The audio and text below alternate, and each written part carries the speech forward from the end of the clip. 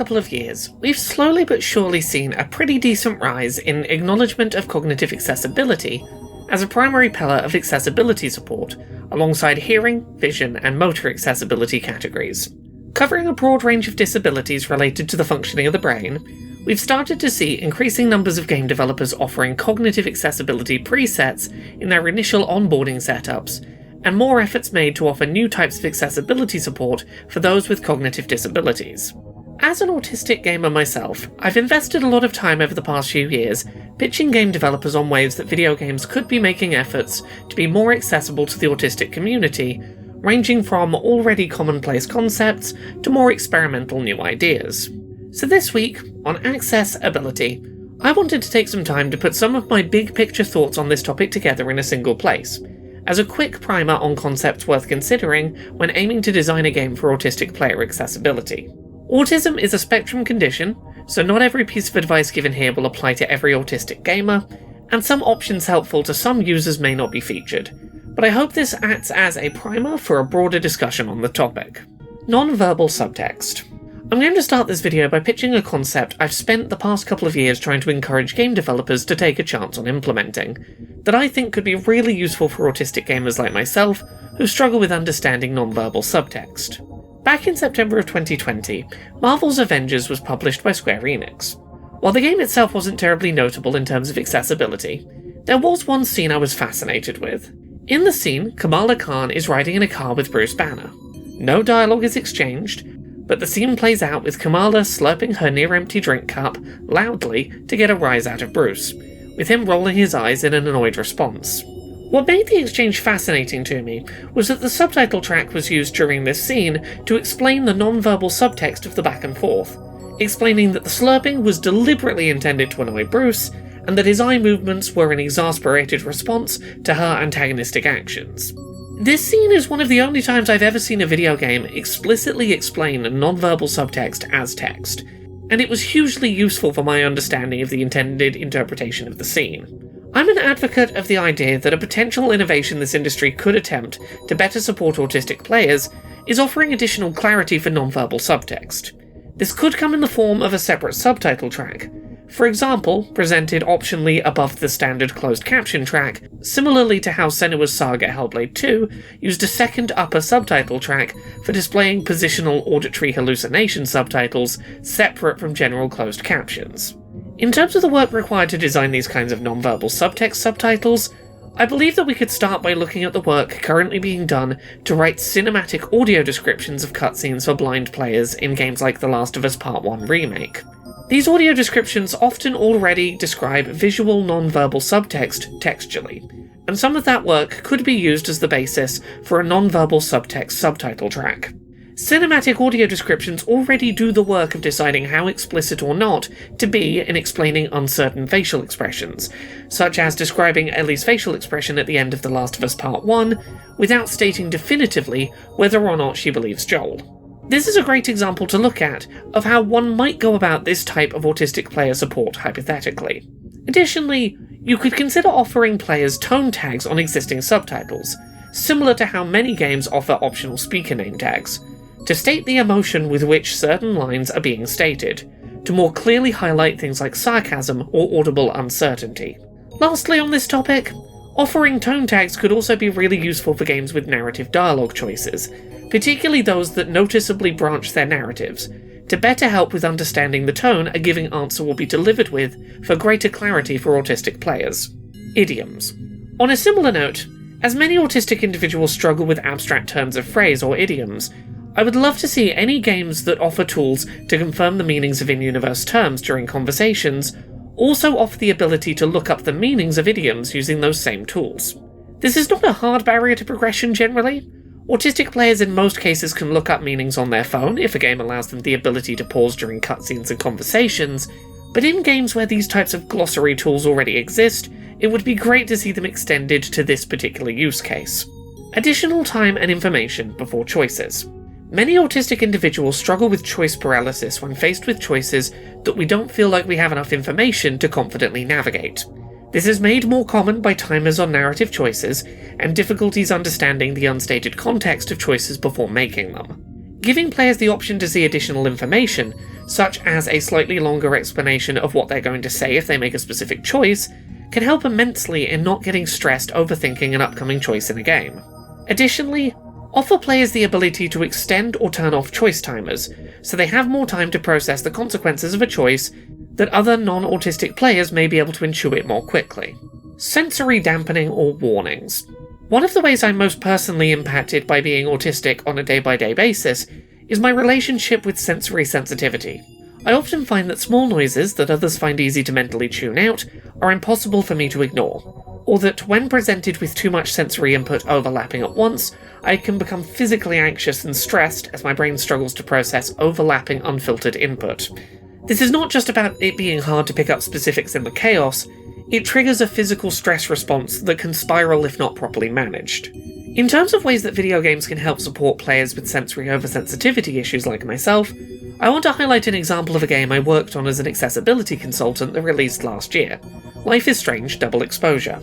That game, following in the footsteps of the studio's previous title, True Colors, offered players the ability to receive on-screen warnings prior to loud noises or bright light flashes appearing in-game, as well as the option to decide whether these warnings would pause the game automatically or simply display a warning on screen to avoid impacting the flow of the narrative. Additionally, many video games today offer players the option to reduce the dynamic range of audio, so that the loudest noises are more quiet and the quietest noises are slightly louder. These settings are generally advertised as a way to avoid a spike in audio volume waking anyone up, if you're gaming late at night after others are asleep. But this increased predictability of audio volumes can help hugely in preventing sensory overwhelm for autistic players. Developers can also help reduce sensory sensitivity issues by reducing potential photosensitivity triggers in their games. This is helpful in a general sense for autistic players sensitive to visual overstimulation, but also useful in that photosensitive conditions such as epilepsy are commonly comorbid with autism, a topic we'll circle back to later. Lastly, you can support autistic players with sensory sensitivity by offering a multitude of audio sliders so that potential problem sounds can be made less distracting, and offering settings such as tinnitus sound toggles and misophonia modes that reduce sounds that are, coincidentally, common autism sensitivity triggers. Tools for nonverbal communication. Autism as a condition is a spectrum, and can have a number of different impacts on speech and language development. While some autistic people are hyperverbal, others are completely nonverbal, while others still sit somewhere along that line. Using myself as an example, I have unpredictable spells where I struggle with speech, particularly when impacted by external stress. I generally don't struggle with verbal speech, but there are exceptions, times where I simply cannot grasp words no matter how hard I try to. As a result of autism's connections to verbal communication difficulties, it's important to offer alternatives to verbal communication where possible in online multiplayer titles. A great example of a game with this type of support is Apex Legends, a game whose ping system does a great job of communicating complex information about where items can be found, enemy player locations, and squad commands without needing to engage in voice chat. One thing I would love to see the video game industry explore more going forward is ways that AAC, augmentative and alternative communication devices, could be integrated into video game voice chats directly. These devices, often tablets with apps installed, allow for verbal communication using tools such as illustrated icons. While there are ways to integrate these apps with PC programs for online voice chat, I would love to see one of the major console manufacturers officially support a plugin or settings option to allow a commonly used AAC program to interface directly with in-game voice chat on their systems. Changes in routine. For many autistic individuals, predictable routine is a cornerstone of existence, a lifeline that helps navigate the otherwise unpredictable and chaotic nature of everyday life. Many autistic individuals like myself develop very rigid routines as a way to navigate life. Walking the same route home from work, eating the same small selection of foods each day, listening to the same song on loop when doing specific tasks, or perhaps having clothing we wear specific days of the week. For many autistic individuals, a change in an established routine can be a genuine source of stress and anxiety. It might be manageable with enough warning time and ability to adapt the routine on our own terms, but an unexpected change to a routine can be pretty overwhelming for many of us. In the context of video games, this can manifest in unexpected ways. For example, an online multiplayer game we've played every day after work having its servers shut down unexpectedly, or a game suddenly changing its mechanics in a balance patch so it no longer feels the same. A great example of the kind of change to a game an autistic player might find difficult if surprised by would be major changes being made to the map in a game like Fortnite when a new in-game season begins. If I've been playing the game every day for weeks, always following a very similar route across the map, and that map suddenly no longer featured locations I remember, or having huge new features, is a change to that predictable routine that might take some time to adjust to. For developers, the best advice I can give on this front is to request that you warn players in advance that these kinds of major changes to your game are on the way, and ideally when they're going to happen, with enough advance notice to adapt and be mentally prepared for the change. It might seem like a small thing, but knowing a routine change is coming can make it a lot easier to process for people who thrive on predictable routine. The ability to pause.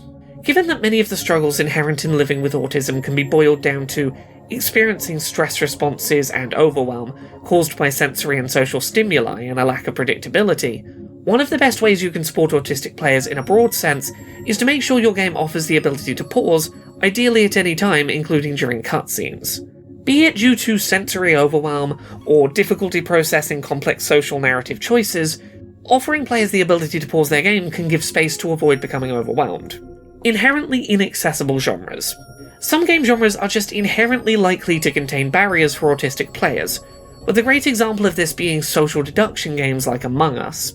Games where players are required to communicate via voice chat, engage in deceit, and navigate complex social interactions are inherently going to be more challenging for players who struggle with communication nuance in real time. However, these kinds of games are also often more difficult for autistic players for another reason: inherent biases in how non-autistic individuals perceive autistic behaviour as inherently deceptive or deceitful due to its variance from a perceived norm. It's like when you hear accounts of police assuming that autistic people taken into custody are guilty because of their lack of eye contact and flat emotional tone of voice. Sometimes aspects inherent to being autistic are perceived as signs of deception in social deduction video games. While I've not seen any examples of games managing to mechanically offer a great solution to this problem, I do think there's room for game developers to engage in conversations with their player base about this topic. If you can make your players aware that autistic people exist and might communicate in ways that differ from them, and to be aware of their existing biases, you might help reduce the frequency with which someone decides to point an accusation in these kinds of games, based purely on slightly awkward speech patterns. Remote press events. This is a little more inside baseball for the industry, but a lot of autistic game critics struggle with the sensory, social, and otherwise unpredictable aspects of travelling to a remote location, such as a game development studio, to attend hands-on preview events for games. While not always an option, I would love to see more game developers offering options for remote attendance of press events, such as using programs such as Parsec to stream gameplay to a remote machine with minimal lag over a decent internet connection. Sensory support at conventions.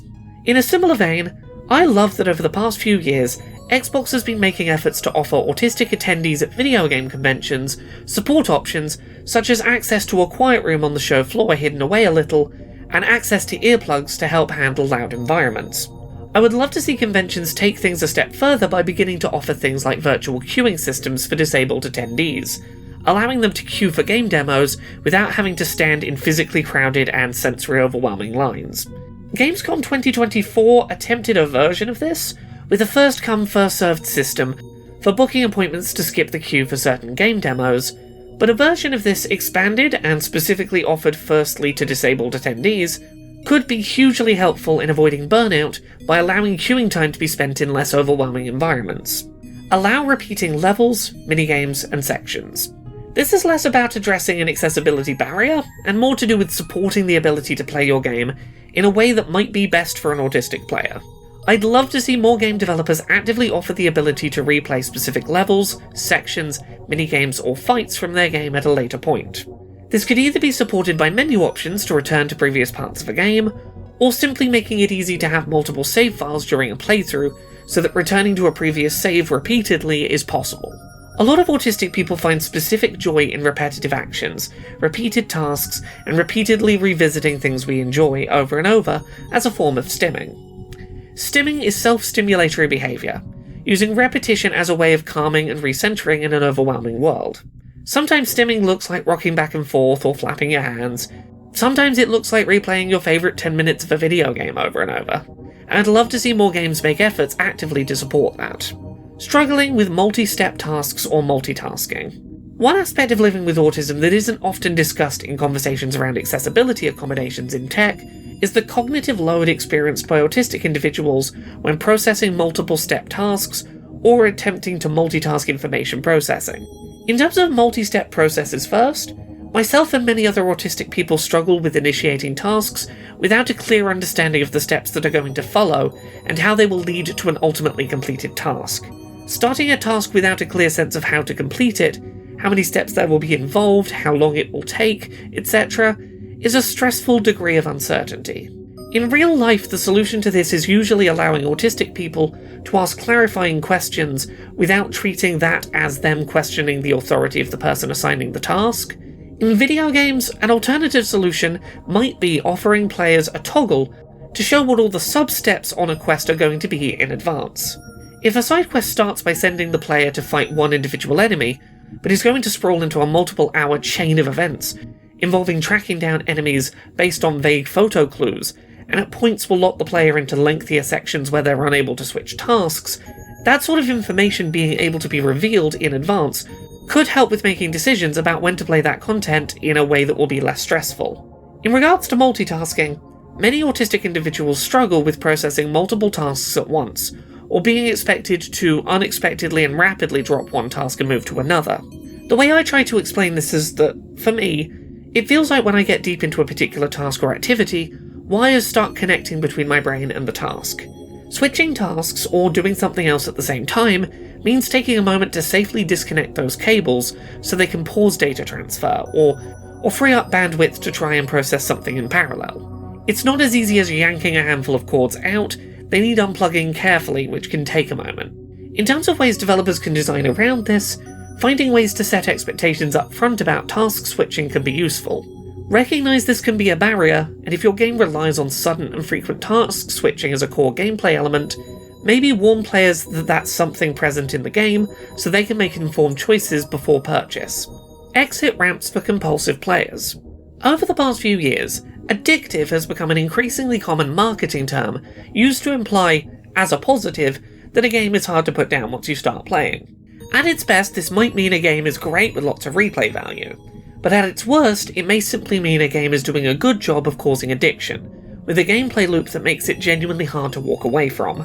The latter example, while sometimes a recipe for a game that might be enjoyed, can make certain games incredibly hard for players with obsessive or compulsion-prone cognitive disabilities to walk away from.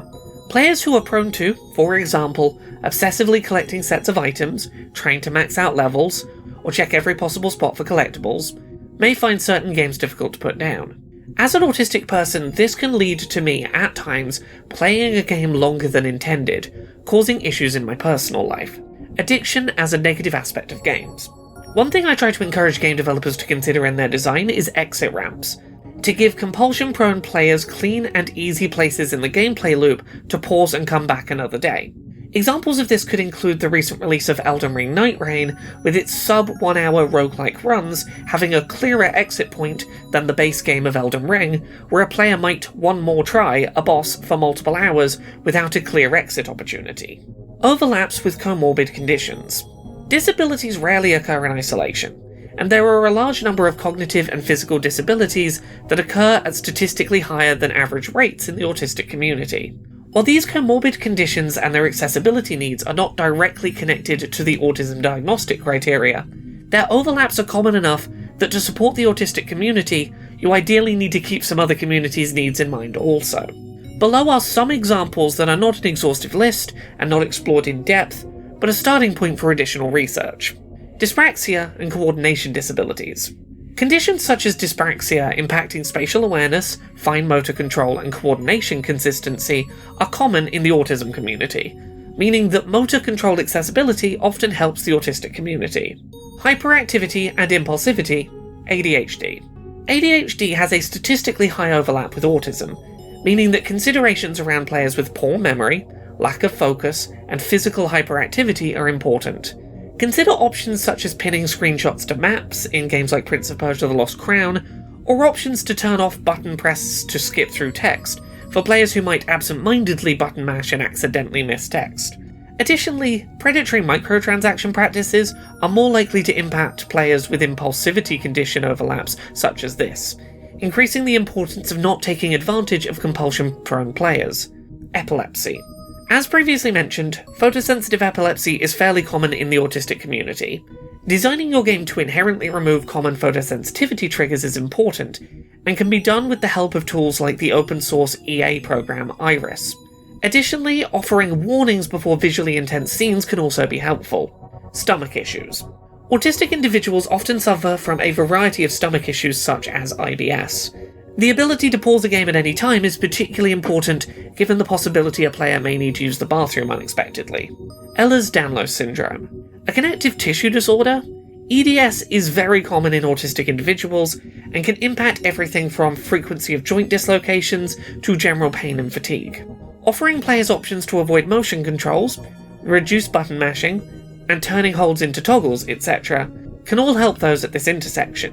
While not fully comprehensive, my hope is that this video can serve as a starting point for considering the ways in which accessible design for autistic gamers encompasses a lot more areas of accessibility than most people initially consider in design conversations.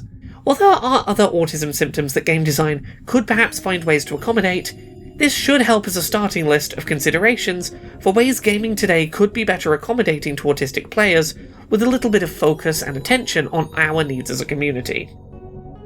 Thank you so much to this month's Patreon backers who help make this show possible. You can support the show and everything I do at patreon.com/LauraKBuzz.